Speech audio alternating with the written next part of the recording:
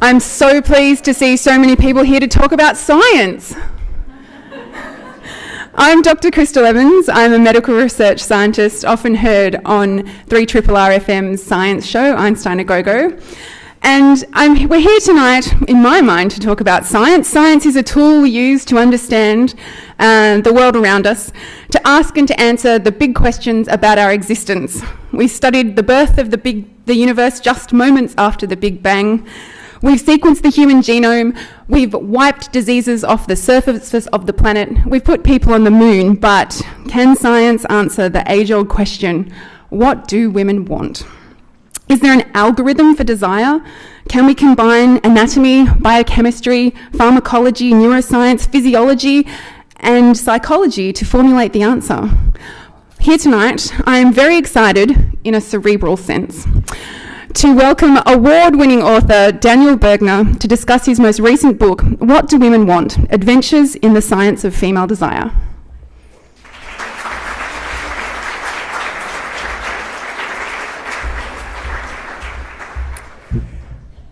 Well, thank you for that introduction. I'm going to actually take 5 very self-indulgent seconds to feel good about the fact that I'm in a country that apparently cares a lot about ideas. I had a wonderful audience in Sydney and a wonderful audience here tonight. I don't really come from a country like that, so okay, there are my 5 seconds. Anyway, thanks so much for being here. I thought I'd just say a little bit about how I got to work on this book, how I, a man, took on this project of a book about female desire. This is my 5th book. I began as a novelist, then began writing narrative nonfiction. My first narrative nonfiction book was about life inside a life no parole prison in Louisiana, where convicts really go there for life. There's no chance of getting out whatsoever. That was a very intimate book. I attached myself to a small group of convicts and their warden and spent the better part of 2 years with them. The second book, nonfiction book I did, was about the Civil War in Sierra Leone. And there again, I attached myself to a handful of people, both Westerners, outsiders, and Sierra Leoneans. And again, it was a very intimate book. I spent loads and loads of time with a very few people. That's what I do in an effort to understand. But despite the intimacy of those projects, for me, there was something missing. And that was the chance to really talk about desire, to talk about love, to talk about lust. I could do that to a degree in those settings, and indeed a marriage occurred for one of my convicts during my time there. So there were love stories to be told, but there was a limit to how much I could just ask and ask and ask and ask and ask about lust and love, romance in those settings, because partly I was there with British soldiers coming in to bring peace to Sierra Leone. I was there to find out what life was like for convicts, and to ask and ask about sex would just seem weird in those situations. And I would have been kicked off the prison grounds, and I would have been asked to leave by the British soldiers, and that would have been that. So I set out in my third nonfiction book, The Other Side of Desire, the book previous to this one, to write about the relationship between lust and love by focusing on 4 people whose sexual drives, whose erotic compulsions, needs, wants, yearnings fall, it's safe to say, whatever our definitions of normal are, and I hope that they vary. I don't really put much trust in that word, but these 4 people had desires that fell quite outside the mainstream, and I thought that would be a way to look kind of inventively, in a way more clearly, at the relationship of lust and love. And it was as I was working on that book, which is mostly about these 4 people, but does deal with science to some degree, that I went up to Toronto to talk with a research psychologist, and he said, while you're here, you should really spend a few minutes with my wife, who's doing fascinating research. I said, okay, indeed I was there, I might as well. And I walked into the lab of Meredith Chivers. And That was indeed a fascinating moment. That led to a 7 or 8 year conversation now with her, with other researchers, most of them women, whose work I branched out to find out about. And then to my spending lots of time, once again, with a handful of people, women, learning about their sexual lives so that I could thread their stories through this book. So I thought I should just begin. I want mostly to talk and then to have a conversation with you, but I thought I would just begin by reading a tiny bit from the beginning of the book, just to give you a sense of Meredith's work. And this really needs no introduction because it's the first pages of chapter one, which is called Animals. On the subject of women and sex, Meredith Chivers was out to obliterate the civilized world. The social conventions, the lists of sins, all the intangible influences needed to go. I've spent a lot of time, she said, attempting to get back in my head to what life was like for proto-humans. When Chivers and I first met 7 years ago, she was in her mid-30s. She wore high-heeled black boots that laced up almost to her knees and skinny, stylish rectangular glasses. Her blonde hair fell over a scoop-necked black top. She was a young but distinguished scientist in a discipline whose name, sexology, sounds something like a joke, a mismatching of prefix and suffix, of the base and the erudite. Yet the matching is in earnest. The ambitions of the field have always been grand. And Chivers' dreams were no different. She hoped to peer into the workings of the psyche, to see somehow past the consequences of culture, of nurture, of all that is learned, and to apprehend a piece of women's primal and essential selves, a fundamental set of sexual truths that exist inherently at the core. Men are animals. On matters of eros, we accept this as a kind of psychological axiom. Men are tamed by society, kept for the most part between boundaries, yet the subduing isn't so complete as to hide their natural state, which announces itself in endless ways, through pornography, through promiscuity, through the infinity of gazes directed at infinite passing bodies of desire, and which is affirmed by countless lessons of popular science. That men's minds are easily commandeered by the lower, less advanced neural regions of the brain, that men are programmed by evolutionary forces to be pitched inescapably into lust by the sight of certain physical qualities or proportions, like the 0.7 waist-to-hip ratio in women that seems to inflame heterosexual males all over the globe, from America to Guinea-Bissau. That men are mandated, again, by the dictates of evolution to increase the odds that their genes will survive in perpetuity, and hence that they are compelled to spread their seed to crave as many 0.7s as possible. But why don't we say that women, too, are animals? Chivers was trying to discover animal realities.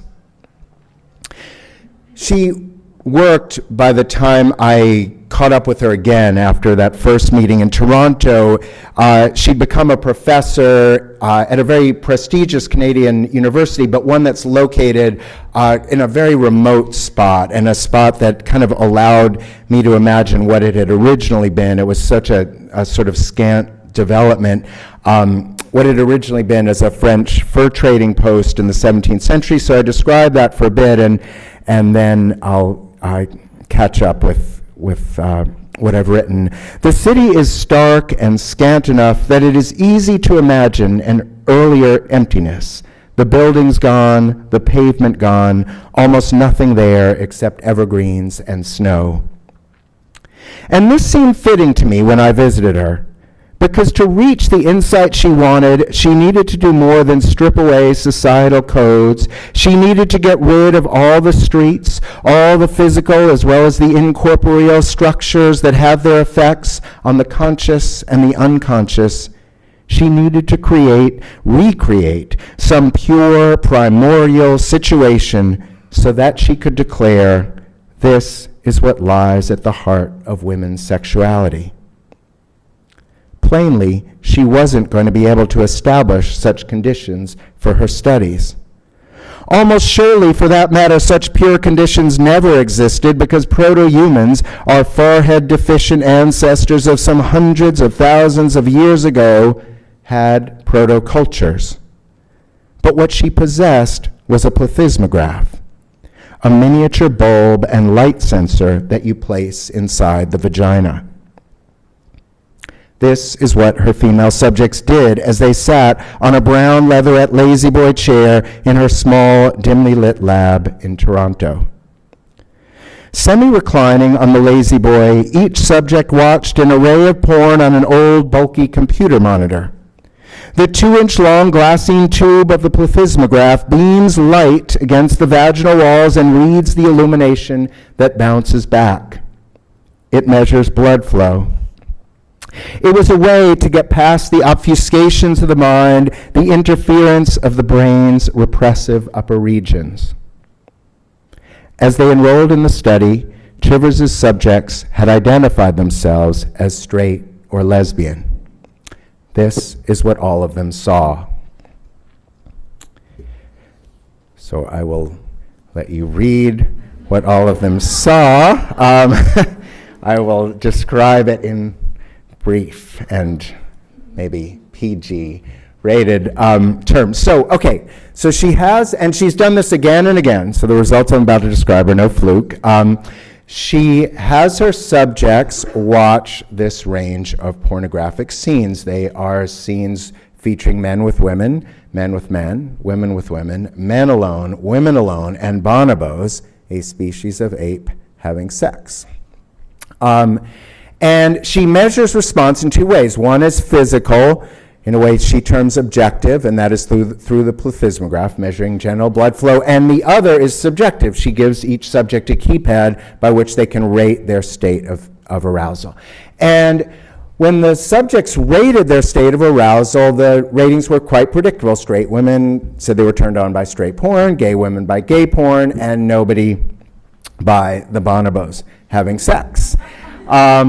When the plethysmograph was checked, the results were quite different. So straight women were turned on by the full array of pornography, immediately and powerfully turned on. Gay women were turned on by the full array of pornography, immediately and powerfully turned on. And both straight and gay women were registering a response of arousal to the bonobos having sex. So riddle number one, which got me hooked 7 years ago, 8 years ago now, was why this disparity. Riddle number two was, if that's true, if there's this very immediate, very powerful response, what does that say about some of our preconceptions? One of them, for starters, that women aren't visual when it comes to sexuality, or are much less visual than men. And then there were further riddles posed because she ran these experiments with men, with straight, self-identified straight and gay men, and the men were utterly boring, predictable in their responses across the board. So the keypad said straight men turned on by straight porn, gay men turned on by gay porn, and the plethysmograph for men said the very same thing. It just ratified what they were saying subjectively. And any idea, and this is sort of hard to let go of, but any idea that men, being the primal, animalistic, gender, were going to respond at least a little bit to the bonobos getting it on, no such thing. Just absolute flat line, physical and subjective response. So, how to think about this, I'm going to save plenty of time so that we can talk about that, and I just want to give you a quick sense of then some of Meredith's other experiments that continued to keep me hooked before we go on to talk about a little of the other science that I began to follow. So one of her further experiments was to look and see whether audio scenarios, audio pornography, would have any different kind of effect. She was just curious. I mean, some of this can sound really pop science-y, but she is as, straightforward, meticulous, nerdy a scientist as you can get, to watch her kind of parsing her results on, as they kind of creep across. It looks a little bit like an EKG machine, and sort of doing what scientists call cleaning the results. She has to look for aberrations and get rid of them, is to watch a woman almost literally going blind in order to get things exactly right. So she decides, okay, I want to see if audio scenes have some kind of different effect. Maybe they're processed by the brain differently. So she plays, in this case for just straight women, a set of audio porn scenarios.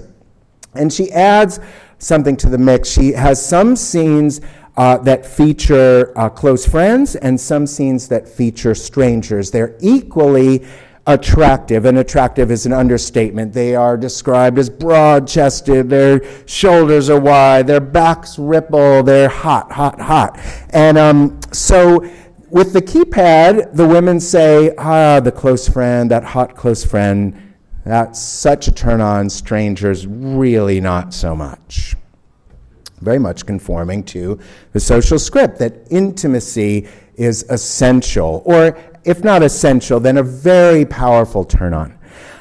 The plethysmograph says something absolutely different.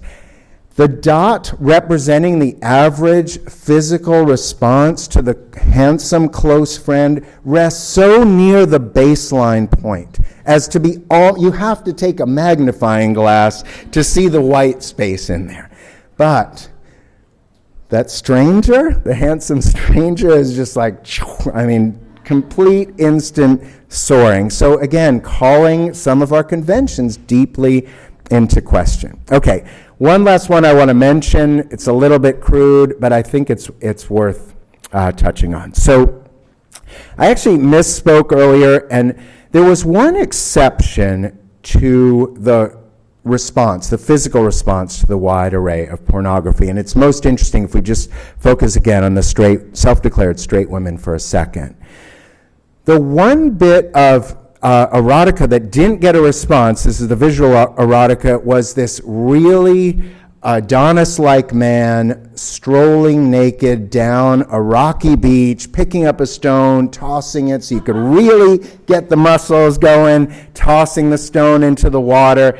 And somehow this got nothing. Like the hot woman doing her exercise routine naked, that got the straight women going, but via the plethysmograph, but not this Adonis. Why? Well, Meredith did a later experiment which took, again, straight women subjects, four kinds of photographs. They're kind of disembodied, mostly just genital shots. Women's genitals, but kind of coy, legs together. Women's genitals, legs apart. Man's genitals, not erect. Man's genitals, erect. And everything got a response, definitely. But notably stronger response, much, much notably stronger response than anything else for that erection. So, I will quickly explain that before I blush.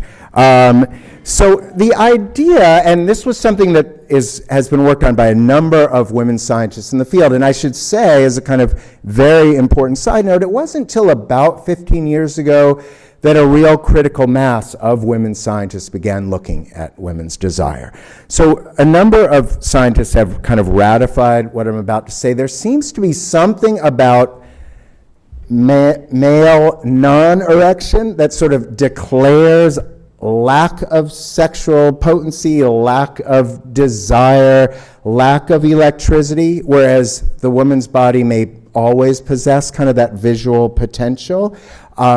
That seems to be kind of deadening, flattening, and that reflects back on that original set of results. But, okay, so let's move forward from Meredith. There's lots more to say I hope we can pick up on in conversation, but I think what it all adds up to, or one of the things it adds up to, is a kind of rearrangement, an overturning of our kind of cozy idea of female sexuality.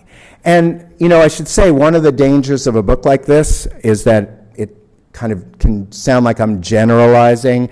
I really don't mean to. If you knew my last book about desire, it's all about sort of the individual variations that we have as erotic beings. But here, in order to take on some of the conventions which these scientists were saying need taking on, I sort of took that risk, and I'm taking it now to say, wait a sec, that idea, intimacy, coziness, slowness to build, lack of visual, or visual being less important, these are myths, very soothing myths to men, very calming to me, very comforting to society as a whole, because of course they cast women sexually, at least relatively, as a kind of stabilizing force.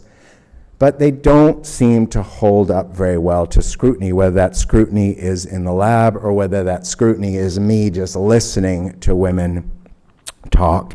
And one of the questions, of course, that begins to come up over and over is the question of monogamy. And the truth that we've all by now absorbed, that was put forward by evolutionary psychology, largely through a series of academic papers written in the early 90s, then picked up by the media, and then kind of accepted by our cultures as so seemingly commonsensical that it seemed inarguable, is this idea that men are programmed by evolution to spread their cheap seed, to be promiscuous, and women, by contrast, to be relatively well-suited to monogamy, to be programmed by evolution to seek out one good man, one good provider. And what's so seductive about this theory is that it's put forward in economic terms. And I think we nowadays love economics. We love economic perspectives. They seem so clear. Economic perspectives, economic equations applied to psychology seem to say to us, this is who we are, this is why we are, we needn't fight it, we needn't question it, it's what we are destined by evolution and genetics to be. But when I look back at those papers, I saw a lot of circular reasoning and very little evidence. So I'll quickly explain what I mean by circular reasoning. Patterns of behavior now, yes, it's true. On average, women will say they want fewer sexual partners over the course of their life than men. If you ask a large enough sample, that's what you're going to get. But patterns of behavior or desire now are taken by evolutionary psychologists to mean that those patterns always existed, and the fact that they always existed, or the idea that they always existed, because of course we have no idea what people would have said in a survey back on the savannah, eons ago. But the idea that they always existed as patterns is taken to mean that they were embedded genetically, inscripted genetically, and therefore that we are merely living out the genetic scripts. But you can hear in that passage there's no evidence along the way except the surveys of today, which are completely contradicted by evidence like Meredith Chivers or other evidence that I'll get to in a second. I want to pause for a sec because some of this book really is devoted to these individual women's stories, and I'm thinking of a woman named Isabel.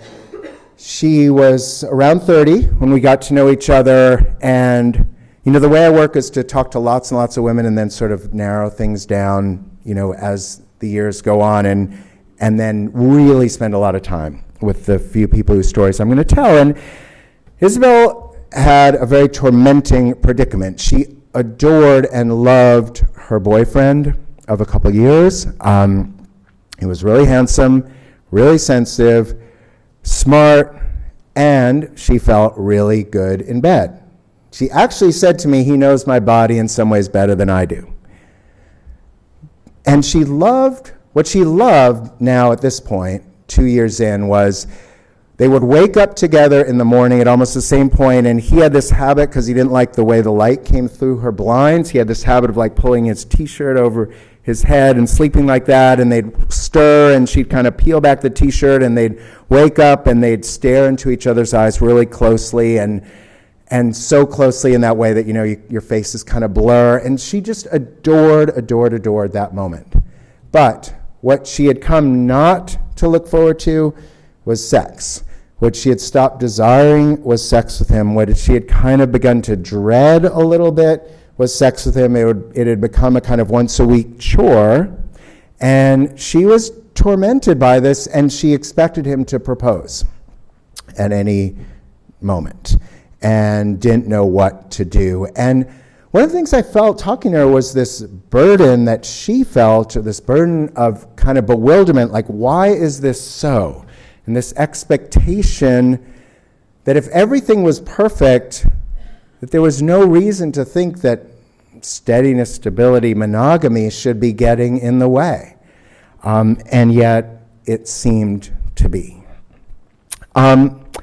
So all kinds of ways to think about that idea of males being programmed to be promiscuous, females to seek out one good man, at least by comparison. And most of this book is devoted to women scientists and individual women. But I did spend time at a very prominent primatology center in the States just to see what our close ancestors could teach us. And it was fascinating to me and comical to me. I spent time watching, just for one example, a species, rhesus monkeys, that the U.S. had sent to space during the 50s and 60s as our astronaut doubles. So very close ancestors. And for decades, longer than that, we've assumed about the rhesus, as we do about so many other primate species, that males are the aggressors in war, the governors in politics, and the initiators, the aggressive initiators of sex. At most, females send out pheromones and are attractive to the males. There were papers back in the 30s and 40s that said otherwise, but these were ignored by scientists. And what is so funny is that if you stand on those observation towers, as I did with these primatologists now, you kind of can't believe.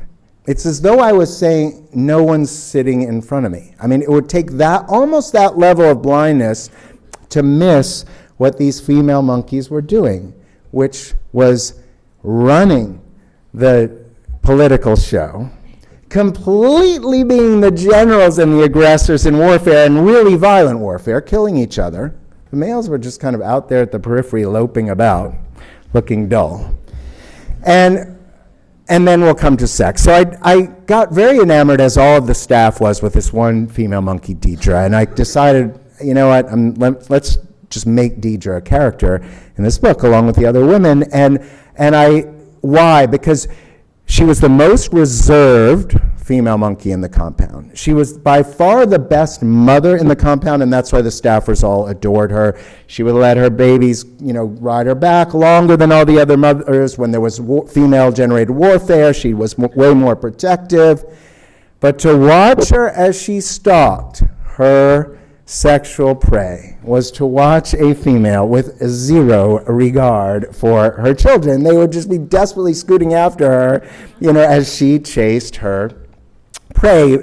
Female monkeys have this kind of Morse code. They tap on the ground when they want sexual servicing. They tap in a certain rhythm. She was constantly tapping in that rhythm. When she was done, when she'd finally gotten her, or had her way with her monkey, her chosen monkey, she would go off and find another. She was, unsatisfied. This was a complete reversal. And the sort of kicker was, or one of them, was that the primatologists running this compound had to cycle out, get rid of the male monkeys every 3 years, because the females, who initiate almost all the sex, grow bored with them and will no longer initiate sex. And this exactly replicates, or very closely to exactly replicates, what happens in the wild. So, it was one of many real eye-openers about the way, it's not that those earlier scientists, I don't think, were intentionally missing something. It's not that they were, motivated by ill will. I'm not even going to say, you say they were misogynistic. They were simply unable, because of what they expected to see and perhaps wished to see, they were simply unable to perceive what was right in front of them. And that's so fascinating to me. That was a whole other aspect of this book that I felt so privileged to be part of, be perceiving, was this lesson in perception alongside this, all these many lessons about the way desire works. And just two quick notes actually about the monkeys before we leave them behind. One is, and please, like, if you may not accept anything I'm saying here today, but one thing that really is worth just dwelling on and taking in. Deidre was not driven by the desire to have a child. One of our misconceptions that animals driven to procreate, and that's why females would be interested in sex. No. There's no cognition, so far as we know, on monkeys, or you can do the same kinds of studies with rats or any kind of animal, but there's no cognition going on saying, it's my time now, it's time to have a baby. I better hurry up and have a baby. No, evolution has given these monkeys pleasure. They've learned how to get pleasure. This is about desire. We're watching the workings of desire. The second thing that I just want to touch on for a sec is this idea that testosterone explains everything. Men have stronger libidos because they have more testosterone. Women, lesser libidos, less testosterone. I'm arguing strongly that the whole myth of this disparity in libido is nothing but a myth, but just to dwell on testosterone for a sec. So Deidre's testosterone level, and this is true at all times of the month, this isn't just a matter of being in heat or being in estrus. Deidre's testosterone level relative to the average male testosterone level in the monkey kingdom is just as less, right, as female free blood flow floating testosterone is to male testosterone in the human kingdom. We cannot reduce something so complex as sexuality to this one hormone. It just doesn't work. Okay, so a couple of more things I want to just touch on and then really have a conversation. One is, I guess, to talk for a sec about why it's worth dwelling on the evolutionary psychology model and its failings. And it's because that model establishes a kind of normality. And normality has a self-enforcing power. Very few of us really want to stray that far from the comfortable umbrella of normality. We might want to be on the edge. We might fancy ourselves, experimental. But in the end, we really don't want to stray that far. And if this is normal, if the paradigm of disparities in libido, disparities in, being well-adjusted to monogamy, disparities in being visual, disparities in needing the intimate, all of that, if that's normal, then we accept that as normal, and we tend to raise our girls and boys differently still. And I know this is, for some, hard to maybe accept because we live in such a sexually liberated society, and I don't want to be naive about that. We certainly do, and we live in such a sexually saturated society, but as anecdotally as the parent of a boy and a girl, and then much more scientifically, I think it's very fair to say that we still, when it comes to sex, raise our boys and girls differently, give an entirely different level of permission sexually, that then affects even something so deeply embedded, so apparently deeply embedded as the libido within the brain. Okay. Monogamy. Back to that for just one sec. So, I spent quite a lot of time with a group that was working on revising the DSM, which is the psychiatric Bible in the States and Canada, and I think is pretty prevalently used here in Australia, and it kind of defines normal. One of the things that was so interesting to me was that you'd think that with, increasingly liberal ideas about sexuality, that you'd have that borne out in the definitions of normal for women's sexuality. Not so. In fact, paradoxically, the opposite is so. So go back to 1950, go even back to the late 70s, and you'd see a prevalent model of sexuality applied to both women and men that just had an arrow. It was very simple. It was perhaps aesthetically awfully patriarchal, but there it was. You didn't have desire, you had desire, it functioned like that. What's happened in the most recent DSM is two things. One, women's desire has become a circle, which looks aesthetically more politically correct, but I think is actually very, very troubling. And the second thing is that when it comes to women's desire, the word desire has actually been struck from the DSM, and the phrase sexual interest has been put in its place. I don't want to parse language for too long here, but to me that's significant. Interest. This is wan. This is a little more pallid. This is way more quiet. And I think what's happening actually, and in fact the woman who chaired this committee, with whom I've had lots of candid conversations, acknowledge what's happening, is that psychiatry is looking at desire for women within long-term committed relationships, and for sure there's a long circle sometimes to get to desire. And for sure sometimes it feels more like sexual interest than lust.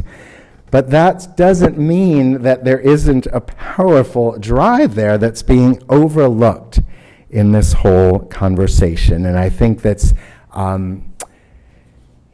part of a very old story, perhaps, about an uneasiness about reckoning with women's desire that women scientists are now really grappling with, pulling back the blinders on. Okay, couple last things, and then I want to talk. One is a funny speed dating experiment that I think serves as a kind of emblem for what I'm talking about. So in speed dating, 4 or 5 of you may know this from personal experience, I don't know, but in speed dating, traditionally women sit and men approach. Women sit along a banquette, women sit at little tables, men come along. Everyone at the end of the night checks off boxes. Do you want a second date, a real date? And evolutionary psychologists have again and again used the results. They've replicated this, or they've studied the results from actual speed dating. They've used the results as a way to say, well, look, men are checking way more second dates. Men are promiscuous, women relatively monogamous, etc. And it wasn't until the last few years that a couple scientists just said, wait a second here. What would happen if we flipped around the conventional proceedings? And we had men sit demurely along the banquette, and women approach, and sure enough, the results are completely changed again and again. This is proven out.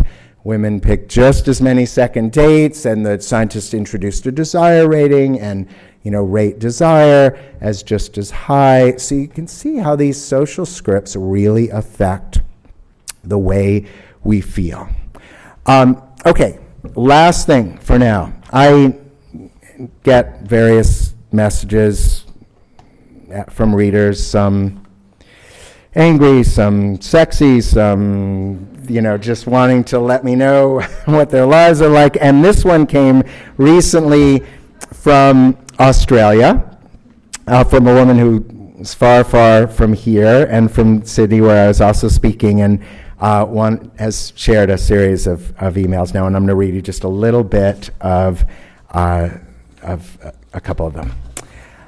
Dear Daniel, hi from Australia. If I may be so bold, I'd like to share my story, some of it, with you. I am a 62-year-old woman. I've reared 6 children. My 30-year marriage broke down 3 years ago, and I haven't had sex since. I got onto a dating website just before Christmas. Horrible experience. Took myself off. Before I did, I was in contact with a man, slightly younger than me. It happened over New Year. And very soon into our chatting, sex talk began. Way confusing for me, but also way liberating. My husband and I had fairly regular sex, but he was so overwhelming with his sexual persona, I don't think I ever really had a chance to find and develop mine. And child rearing for many years, well, sex just seemed to be another chore a lot of the time. My kids, youngest is 16, on their way out of my head, so to speak. So this man with whom I text, after 3 months we still haven't met and haven't seen photos of each other, a very strange and weird experiment, but one in which I have really been able to experience a part of my desire that has blown away my past persona. I had never masturbated before to orgasm. Now I do. nor had many sexual fantasies. Amazing how going without sex for 3 years releases it all. Now, either with texts with this phantom man or just alone, my fantasy life is thrilling, very erotic, and has extended from being with men to being with women. I'm 2 odd years past menopause. It is the weirdest thing. Whether this newfound desire realm ever translates into actual sexual encounters, yet to be seen. Second email. I'm finding, with my new erotic life, if I may call it that, given it involves just me and a man who texts me, is that my desire emerges from my body every day. No images set it off. Don't even have text to set it off, more the other way around. I initiate with this man when my body elicits desire. I feel that a real man in the flesh complicates at this time. I guess to me, as a 62-year-old woman, I'm loving that my erotic self still has such life. And then another email just before I was about to talk in Sydney the other day. Have a great day at the festival. Female desire, eh? It's pretty fucking potent. All right. Thank you. I would love to hear your comments and questions.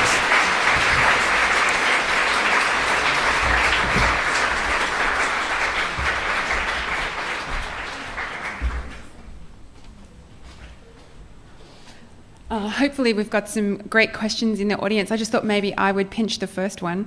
I guess in your research, focusing on female sexuality, in the book, you do touch on the fact that, you know, perhaps you've also learnt about male sexuality and really explaining, you know, coming away from this idea that it's so binary. I mean, are we at a point where we can say, what do people want? I think we should be at that point. I honestly don't think as a culture that we're at that point, because I think it's so tempting, and again, I think at some level so comforting to talk about things in a binary way and to talk about them as though they're inevitable, as though they're scripted in. So this question, I mean, this, you know, it's a sort of loud book title. It comes from Freud, who, you know, whatever you may think of him, you know, posed this question and then acknowledged his own futility in grappling with it. And people like Meredith Chivers are very aware of it and feel themselves coming at the question, obviously, from a different place, being women, and then through different means. But no, I guess I don't yet think as a culture we're quite ready to say what do people want. I wish we were. Maybe we're getting closer. Great. Let's have a question from the audience. If you'd just like to grab a microphone, there's one on your way. Hi, when you were talking about Meredith's experiments, I felt the subtext was that the keypads were lying and the plethysmograph or whatever it was, you know, finally the truth revealed. So first I wanted to ask if that is what you were suggesting, and secondly, to challenge it if it was. Right. Okay. Well, I'm glad you asked that, because no, I don't think it's as simple as that at all, and Meredith Chivers would certainly be quick to emphasize that. So a few theories to explain that disparity. One would be that these really are kind of almost separate psychological systems, you know, in some cases different and equal and simultaneous truths, and that the plethysmograph doesn't represent desire at all, that we should simply trust the keypad. I think that, you know, and I hope I'm being fair to Meredith, I think we talk often enough that I'm pretty confident I am being. I think that explanation over the years has seemed less and less tenable as the forces of, as she, who originally was kind of out to really find a biological truth, has more and more reckoned with the force of culture. And I think I'd have to go into so many of the experiments here to really lay that out. And so what do we have left? The possibility, one, is conscious denial. I think that's probably less likely than a lot of unconscious filters that go on between body and mind. And so I just want to add two things to think about. One is there's a fair amount of research now to show that women are equally less aware of other aspects of physicality. This goes for need or desire for sleep, need or desire for food than men are thinking about those things less, are less conscious of them. And it raises the question, is culture teaching a division between body and mind in a way it doesn't for men? The other thing I'd just like to add is, of course, this question comes up a lot, and some people will say, but no, wait a sec, women's desire is all about the mind, so of course we should honor the keypad completely. And the problem I have with that is nobody questions the plethysmograph when it comes to men. For men, the physical is all. For women, we love the paradigm that the mental is all and the physical means nothing. But what does that really say? Again, it seems to me to be a way of thinking, and I'm not at all diminishing the complexity of desire. Please, no. Nor am I diminishing the fabulousness of intimacy and emotion and romance. No. But I am saying, why not, as Meredith says, why not look at the raw, at the immediate, at the physical as a revealing part of self? Thank you very much. It was an interesting presentation. I heard a well-known neurosurgeon talk once at a presentation I was at, and he was referring to the limbic system. Do you think that this system, about which in general discussion we rarely ever hear of, and I'm no expert in the area, I might add, does this system that we have that is dominated from the brain, that influences our sexual feelings, as far as I understand, come into your colleagues' research and into your thinking when you're discussing these issues? Yeah, absolutely. So I'm going to be in danger of really simplifying for a second here, but for those of you who don't know it, I'm just going to make fist into brain. And so if this is spine, limbic system kind of rooted, lower,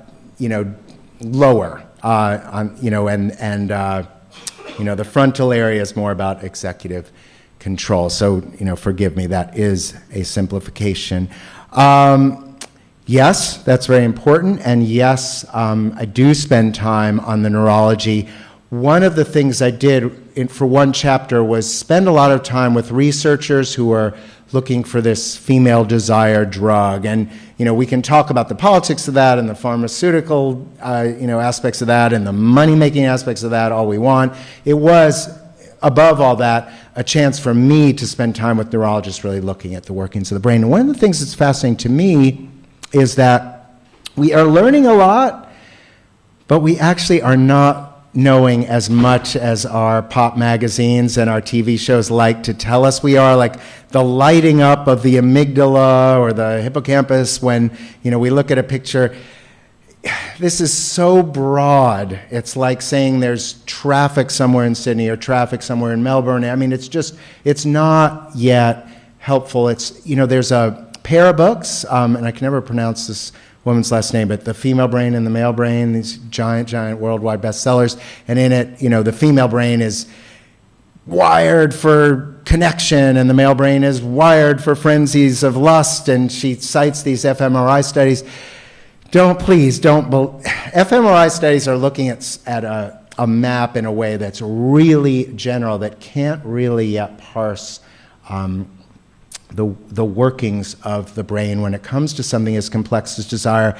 And again, I think it's so tempting to latch on to these easy explanations, but I really think it profoundly gets in the way of our understanding ourselves. So in your book, you talk a bit about the anatomy, and I'm always quite shocked that we still don't really understand where orgasms come from, and this idea of a G-spot. I mean, if we can find evidence for the Higgs boson, can we not find evidence for the G-spot? I mean, it's more elusive than this particle. Right. I was so amazed by that. It is really funny that these debates rage. I think this is where my being a man renders me pretty much completely unqualified to give a personal judgment on this debate. But I'll give you two studies that just sort of symbolize the debate. So first is a French study wherein two scientists actually used a sonogram probe while a couple had sex. A couple, from the woman said she had vaginal G-spot orgasms and used that video as a way to kind of prove the existence. A British team went at it differently, compared identical to fraternal twins. And this is a very credible way to look at what's nature and what's nurture. And there, looking at a broad sampling, came up with the results that no, actually, there's no such thing as the G-spot. So this thing just goes and goes and goes. It goes along with a just incredible level of very contemporary blindness about female anatomy. We could go, sort of deep into the anatomy of the clitoris, but it wasn't until an Australian researcher in 1999 said, hey, actually, there are all these clitoral extensions right underneath the surface of the skin, against the vaginal walls, that anatomists started paying attention. Go figure, we've been doing dissections pretty accurately for a long time, but somehow managed to miss this very basic fact. And I guess it really speaks to the diversity of humans. I guess when we do studies in rats, they're all genetically inbred potentially, but in humans, there's just such incredible diversity. Yeah, and again, I think that's the risk with a book like this, that, to some extent, except in that I'm telling individual women's stories, looks past the infinite diversity, really, to look at the way we've kind of blinded ourselves through a set of apparent truths that may not be true at all. But yeah, it does, what you're saying does absolutely speak to the complexity of who we are, which was why this subject was so attractive to me. I've just always felt like sexuality is absolutely essential to who we are, and here were these women looking straight at it, and I should say, not without cost. I mean, these are very accomplished researchers, psychologists, who sometimes do wince a bit at the field they've chosen, who sometimes do feel a bit of shame, who sometimes do avoid the subject at parties, because it feels like, oh, why am I not studying depression, or why am I not, studying something that's meaningful? This is pretty meaningful, I think, but... Oh, great, we've got a question up here. Hi, you mentioned that you have a daughter and a son. I was just wondering if you could elaborate a little bit on whether your research in this area has changed the way that you've treated your son and daughter and your personal dealings with them, and maybe what issues you find might be most damaging culturally in raising daughters. Thank you. I mean, my daughter's 21, almost 22. My son's about to turn 20. I think, I was very conscious of these disparities, so I hope didn't, impose them on my kids too much, and yet I think it's impossible to escape them.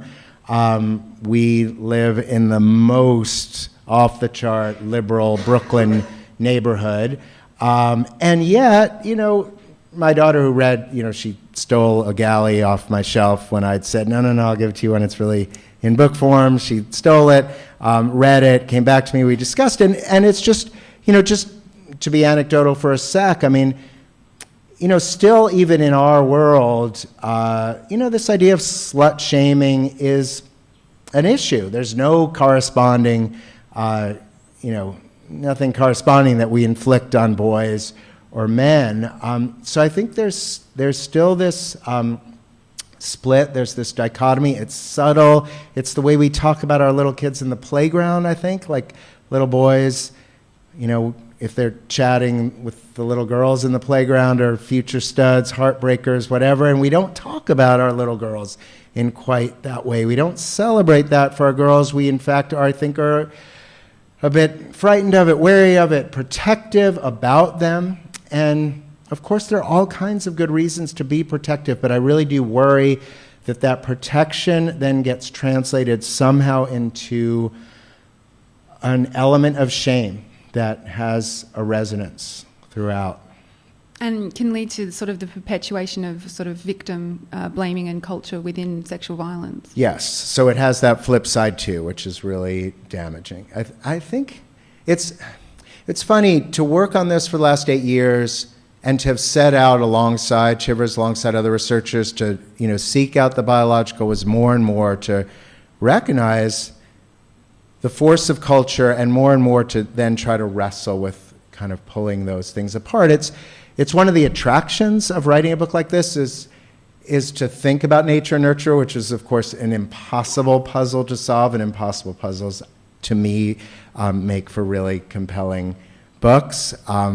But yeah, I think that force, how we teach about sex, is really, really powerful.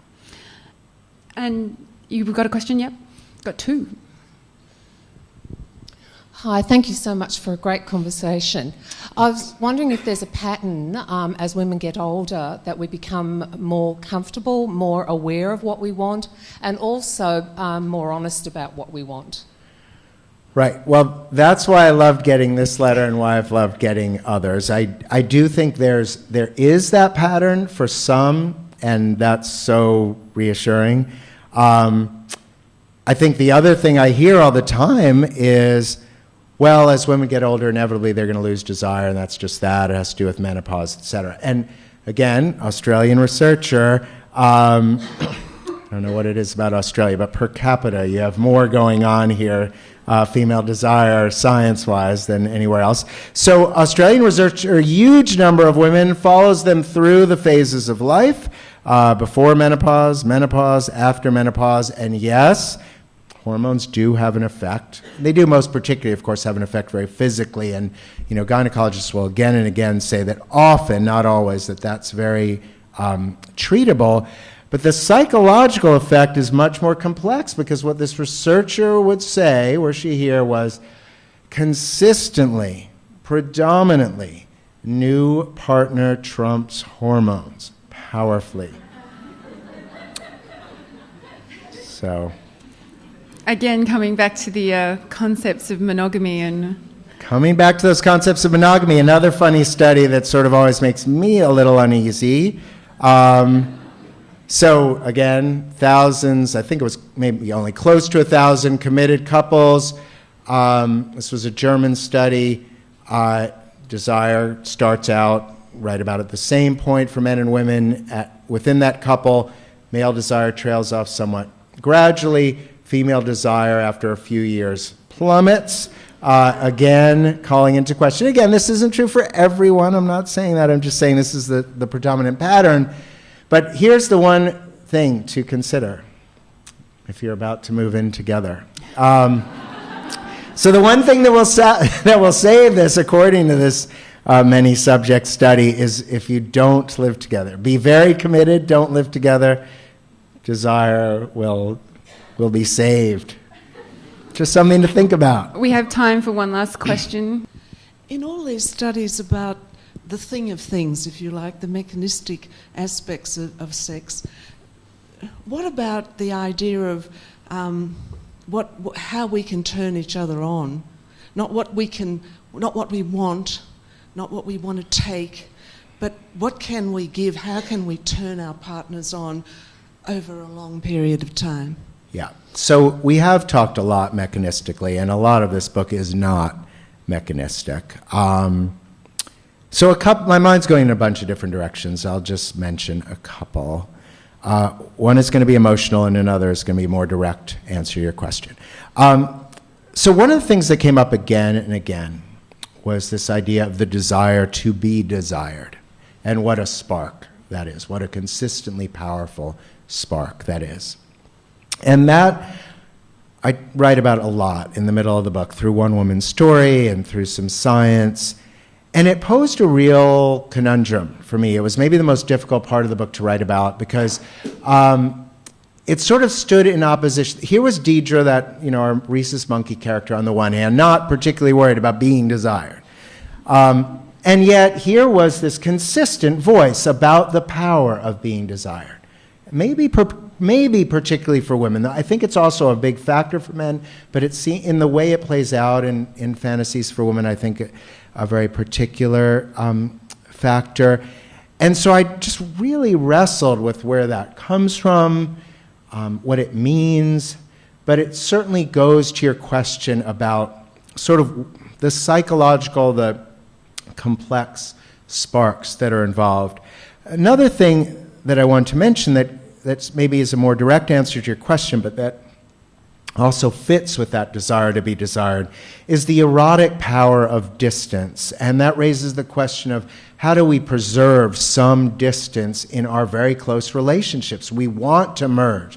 We want to be completed by that other person. We want forever. We want even unconditional love, though I would say that's a dangerous, unconditional love might be a dangerous way to think if we want to really preserve passion in our relationships. So, but how, along with that, can we keep some distance? Because after all, lust, desire, in a way, needs distance to cross. That's part of what generates desire. And so, there are all kinds of things that come up. But one very forthright therapist just had the simplest set of suggestions, one of which was, don't make the mistake when you're going to go out on date night, right? If you're, at that phase, don't make the mistake of getting in the car together and going out together. Like, do it like you did when you first were dating, and meet up at the bar, meet up at the restaurant so you can watch each other across the room or see each other from afar, see each other as separate, because without separate, there almost can't be, or in any case, lust is more difficult. And like most excellent research, I think a lot of this has raised far more questions than answers, but it opens up lots of opportunities to explore what I now consider the diversity of normal and that exists with female sexuality. And I think that maybe all of us can think about where we exist on that sort of bell curve of biology and go forwards tonight being a bit more informed and hopefully open-minded about what women want and what people want. Yeah. Thank you very much. Thanks. Thank you.